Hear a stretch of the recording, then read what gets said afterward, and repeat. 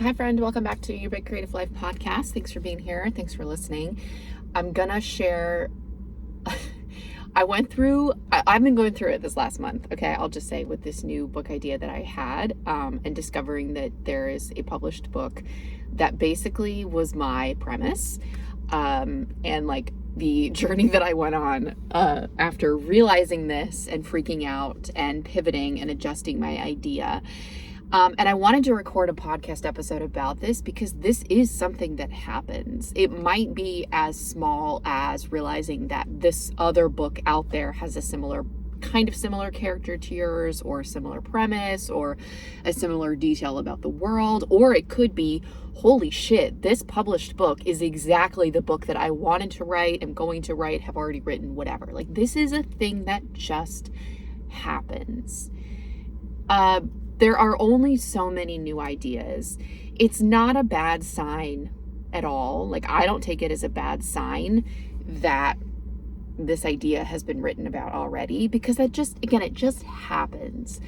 And there are only so many news stories. And what differentiates books from each other is the voice of the author, details like the world and the characters, the writing style. Like, there's so many things that differentiate books. That it's just not an automatic like red flag and like, oh, you've got to completely scrap the idea. But let me just kind of fill you in on what happened, and then I can talk about the decision that I made going forward, so that in case this ever happens to you, you have some insight into this. But I guess the first most important thing to say is like, yeah, this shit happens. And okay, so I got this idea for this book a couple of years ago and started writing it. I wrote a few chapters when I was stuck on my last book, which is my process, right? I start writing a book, I get a ways in, I panic, I freak out, I write something else. That's just what happened when I was writing my first two books, neither of which are published, I'll just say. But it just happens. So I got the idea for this book. It's a thriller. And I started writing it and got a couple chapters in, and then like didn't really know where the story was going, so I stopped. But I did outline some plot points. I did do some work on the main character in particular. I even wrote a scene that happens way later in the book. Usually my process is to write chronologically, so I don't jump around between scenes. I just start at the beginning and write my way through. But I had a snippet of something that came to me, and so I wrote it. It was like just a couple of pages. But anyway, so I had maybe 8,000 to 10,000 words written. And I did have a sense that I'd have to kind of scrap those and start over, because a lot of it was just not very interesting. So I don't know. Yeah. And the premise for this thriller was a young woman got hired to ghostwrite a memoir for a celebrity who had like a fall from grace and had been reclusive and shut herself away. And that was the idea for it. Okay, so fast forward, that was a couple years ago. Fast forward now, I'm getting ready to dive back into this book because I'm ready to write it. The last book that I wrote, I'm finishing up edits right now with my agent to that book, and that will be going on submission soon. So because that book's ready, I needed to turn my attention to something new. And when you go on submission, when your book goes on submission, it's always nice to be able to talk about what you're working on next, so that if a publisher is interested, you can say, hey, this is my next book that I'm thinking about. So I had it in the back of my head that I wanted to dive back into this book. Then I read Emily Henry's Great Big Beautiful Life.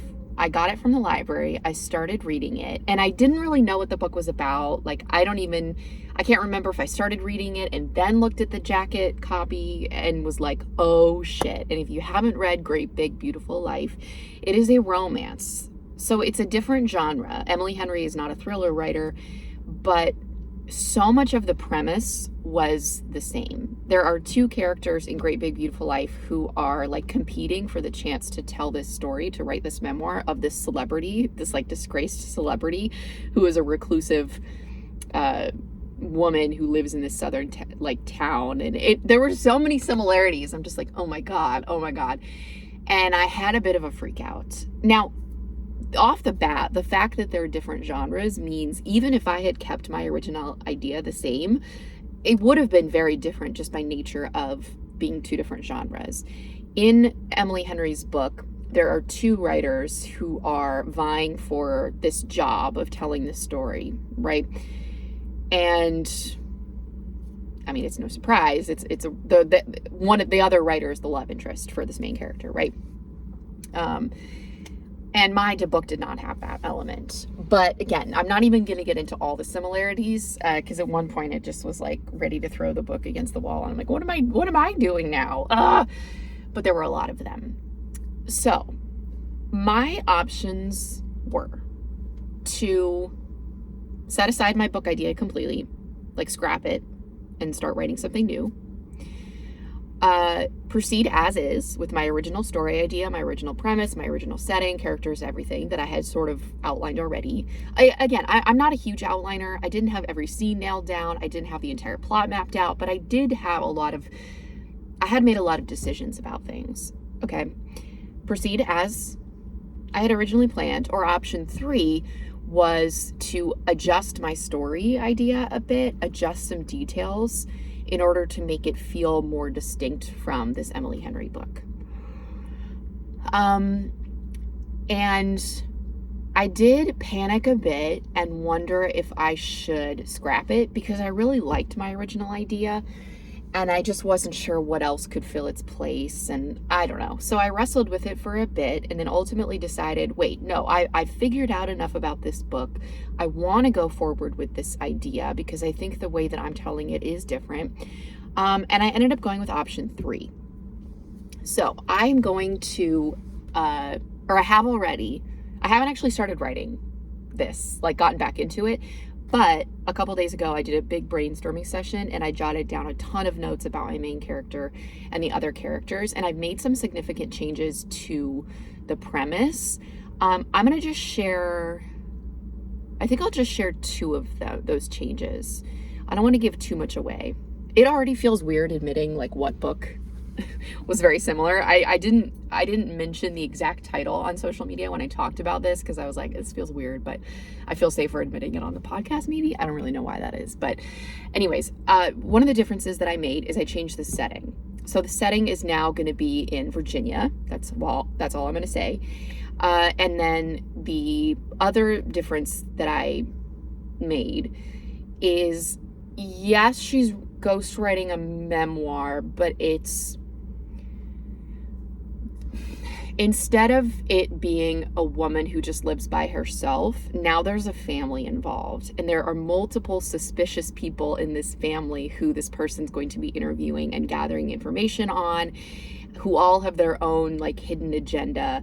And this woman is kind of like the matriarch of this clan where there are secrets and all of that. So those 2 changes are two big changes that I think help it feel different. And again, I think I probably could have made it work without changing things just because mine's a thriller and that was a romance. But again, I don't know. I'm just really hesitant. And part of the reason I didn't want to go with that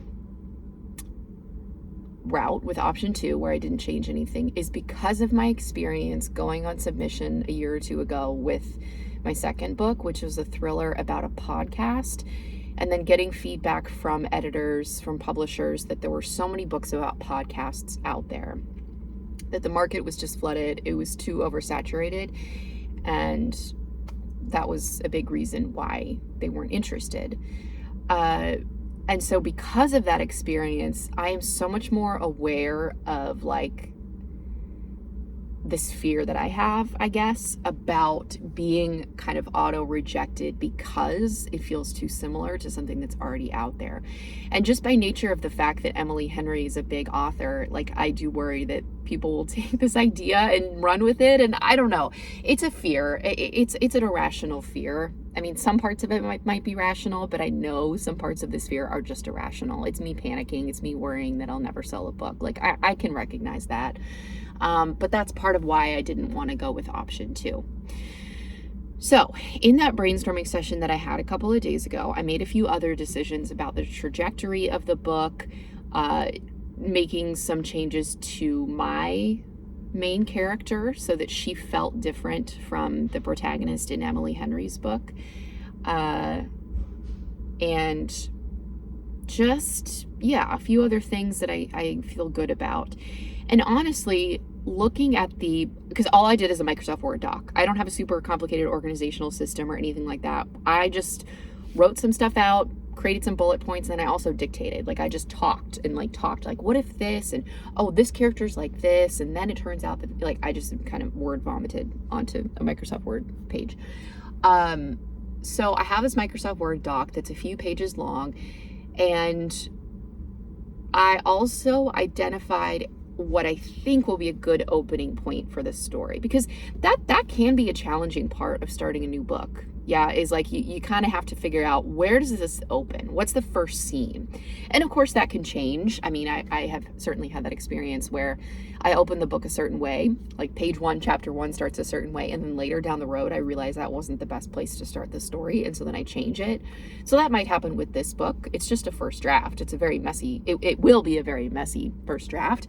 But because I'm not keeping what I wrote a couple years ago, because I'm cutting that, I need to figure out now where to start this book. So I identified a good place for where this is going to open.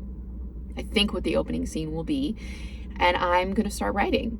I had plans today to meet up with a writer friend of mine. We were going to do a lunchtime writing session together, but then she had to reschedule, so we're going to do it next week instead. Both of us are writers, and we just sit with our laptops and don't talk for an hour, but we're both working on our project, so it's nice to have someone to do that with.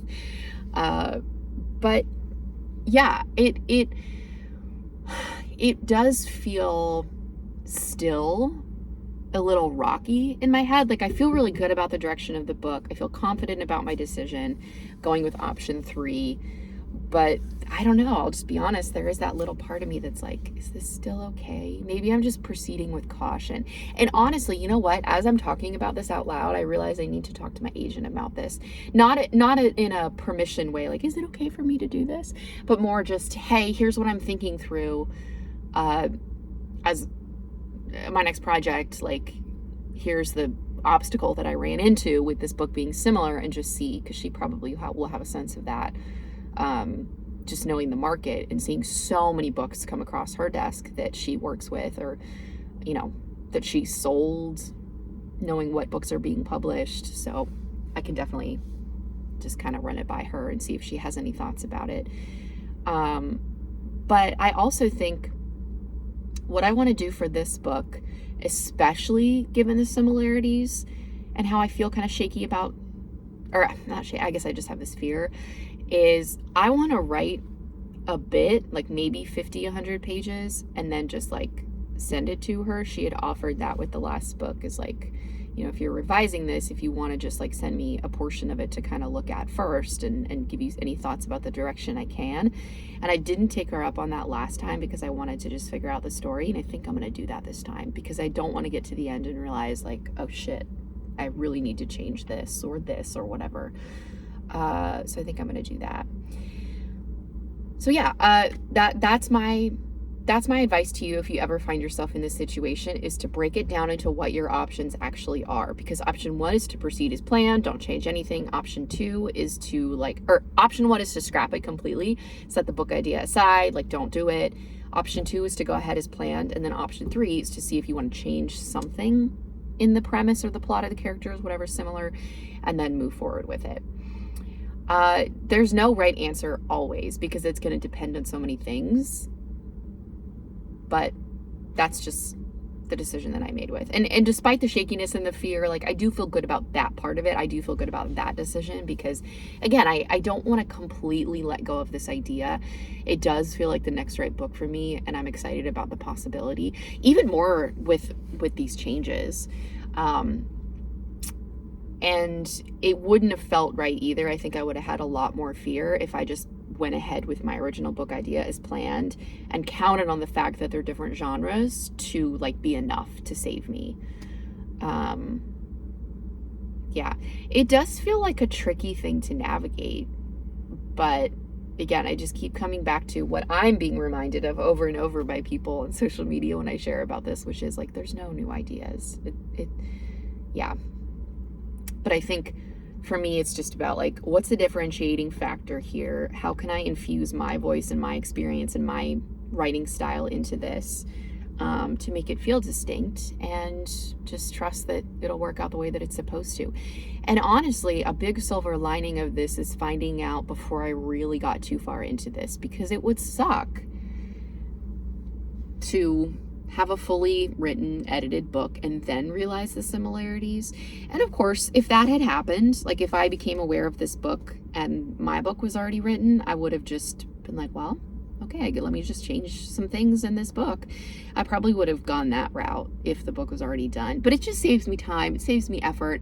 I can go into it with a clear understanding of this new, slightly different direction of the book, and that feels good. So I am grateful that I discovered it. And someone had asked, I shared about this on social media, and I got a couple of comments from people who were like, you know, did you search this out? Like, did you Google to make sure that there weren't any books like this out there?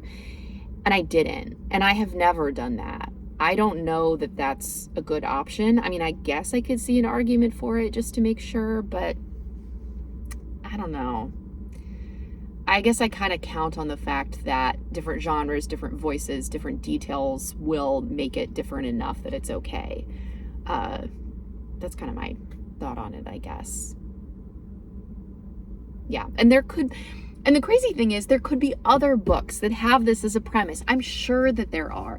I'm sure that Emily Henry did not pull this idea out of thin air and like she's the first person to ever write a book about someone ghostwriting a memoir for like a celebrity or a public figure. I'm sure that that's not a completely original idea. Not to suggest that Emily Henry was like copying anyone. I'm just saying that it's not that unique of a concept. It's not that unique of a premise. So I'm sure that there are books out there that deal with that similar kind of topic or premise. And I just am not aware of them. That's how it happens. There are so many books published by small presses, by traditional publishers, by indie authors. There's so many books published that it's impossible to keep track. I'm putting that in quotes because I don't even know how you would do that. Keep track of all the books out there and like do hours of due diligence to make sure that there's no other book that sounds even remotely close to yours. That's just not a good use of your time or energy, I think. Okay, so that's the episode. That's my plan. That's my freak out and how I'm transitioning to this like slightly different version of it. I am going to talk to my agent. I need to just kind of, I think for peace of mind, really. And then we'll go full steam ahead with this. I had a goal of getting 20,000 words written by, when did I set that? I think it was like September. I wanted to have 20,000 words written. We'll see. We'll see how August goes and how much I can get done. But it's exciting to be at the beginning and to think about this new story and this new direction. Okay, wish me luck as I start drafting. All right. Don't panic. If this happens to you, it's very common. We'll get through it. All right. Thanks for listening. I hope this was helpful if you're in a similar boat or are just worried about it being in a similar boat at some point in the future. Now you know it's common. It happens. Like you have a plan for if and when it happens. All right. See you next week.